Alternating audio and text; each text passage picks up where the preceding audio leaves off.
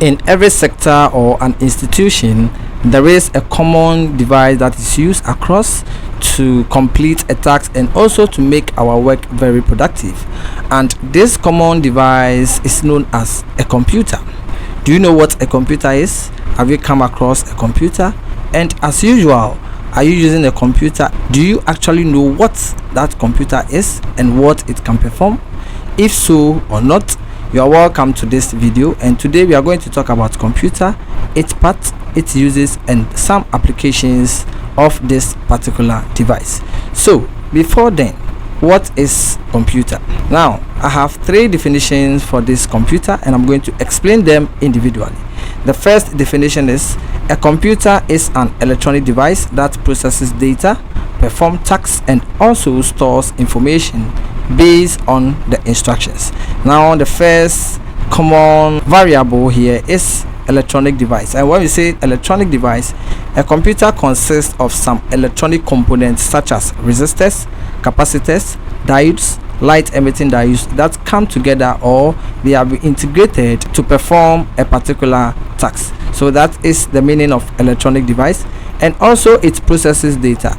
This computer has a special component known as CPU, that is the central processing unit, and this device processes data that has been instructed by the computer user. So that is the meaning of processes data, and also perform other tasks such as computers are used for watching videos, playing music, sending email messages, and also is used for chatting using WhatsApp, Facebook, and TikTok applications. So these are some of the tasks that can be performed by this computer. Also, it stores information based on the instructions. This device or this computer has a storage device, that is a hard drive, or it can be a solid state drive, and also it can be an online storage medium as well. So if you have your tasks being performed and you have your outputted information, this computer is going to store that information for future use. So that is the first definition. The second definition of a computer is an electronic device that is used to send and receive information, and that is very factual because I have already explained this electronic device. And when this device is well healthy and also well organized, it helps you to send and receive information. And we all know when a computer has an operating system, a user can also download or install other application softwares such as WhatsApp, Facebook, TikTok, email. When all these platforms are open on a computer, it can help you to send and receive information, and also you can use to have a conversation online and also to make calls and share information as well. So that is the purpose of this computer, used for sending and receiving information. Now the third definition of a computer is this is a powerful device that accepts data, and that is true. Computers are very powerful because of the kind of capabilities and functionalities they possess. It helps you to do so many amazing things. So it's used to accept data, that is usual.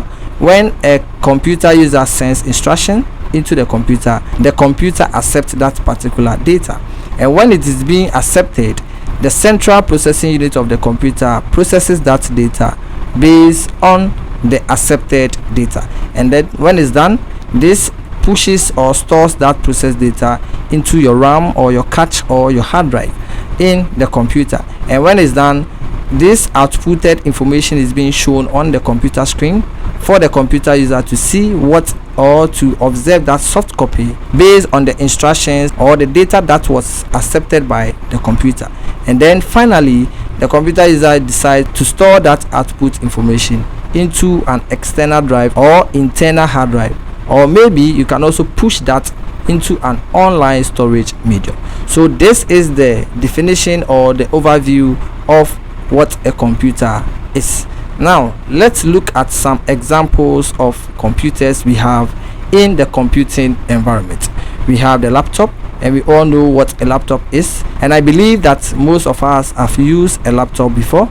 We also have the desktop computer, we have the smartphone, we have a mobile phone, we have a tablet, we have a notebook computer, and finally we have servers.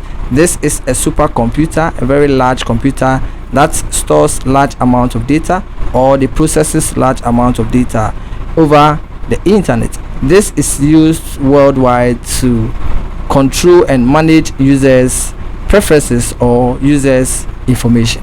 So these are some of the examples of computers we have in the computing environment.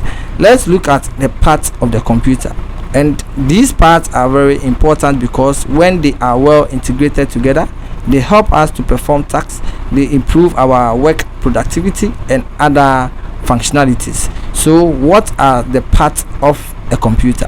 We have the mouse, which is the computer mouse, we have the computer keyboard, we have the monitor, and also we have the system unit. These are the four main parts of the computer, and when they are well connected, they help us to perform a task in an easy way.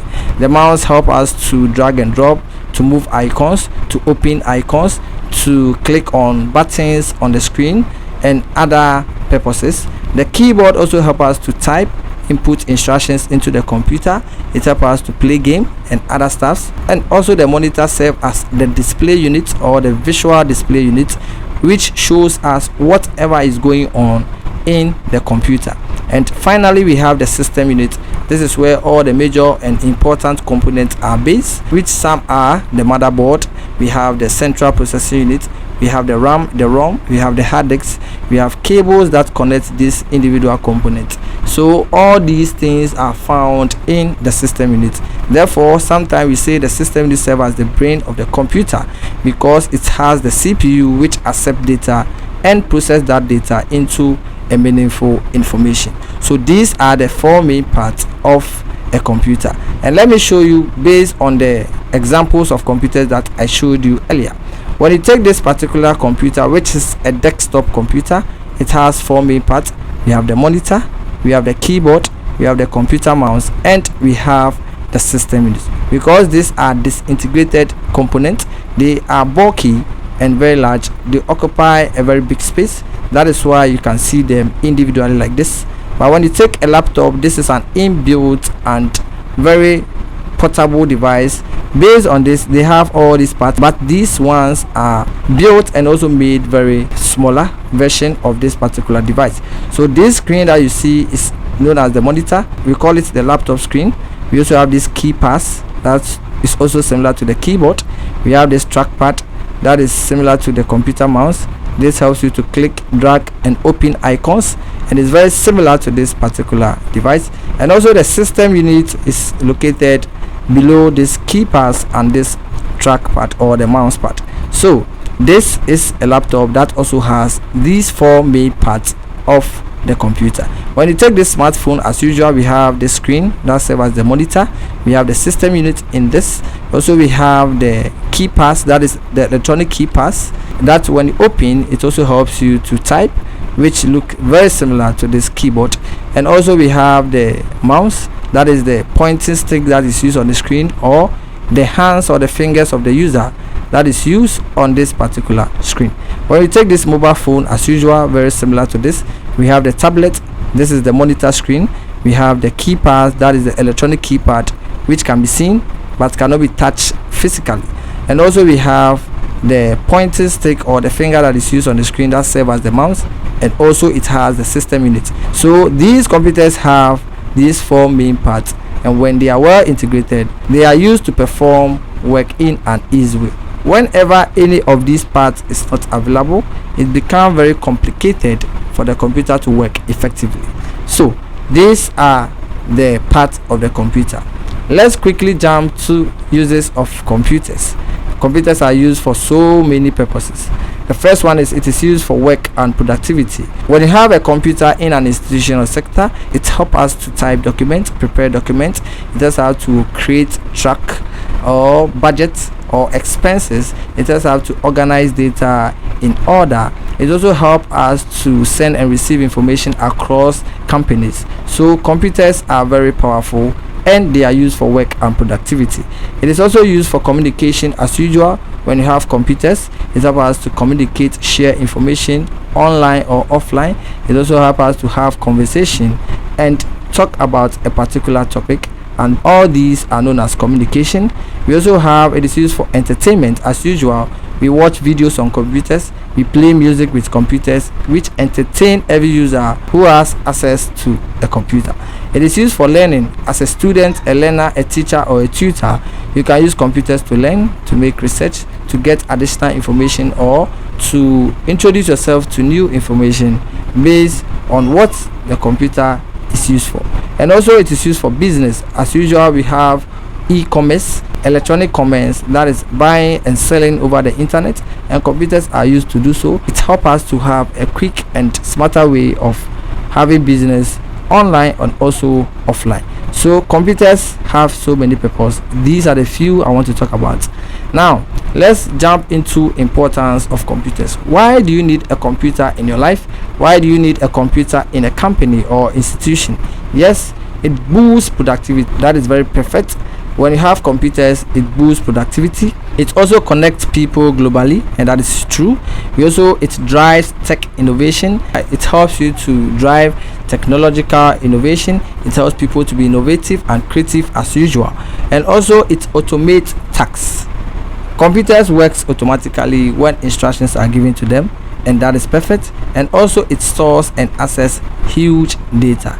These are some of the importance of computers we have in the computing environment, and I believe I have explained this in a very simple way but very detailed. If you have any suggestion, any comment, any question, please drop them in the comment section and I'll be ready to access them and reply you. Thank you, and see you in the next video.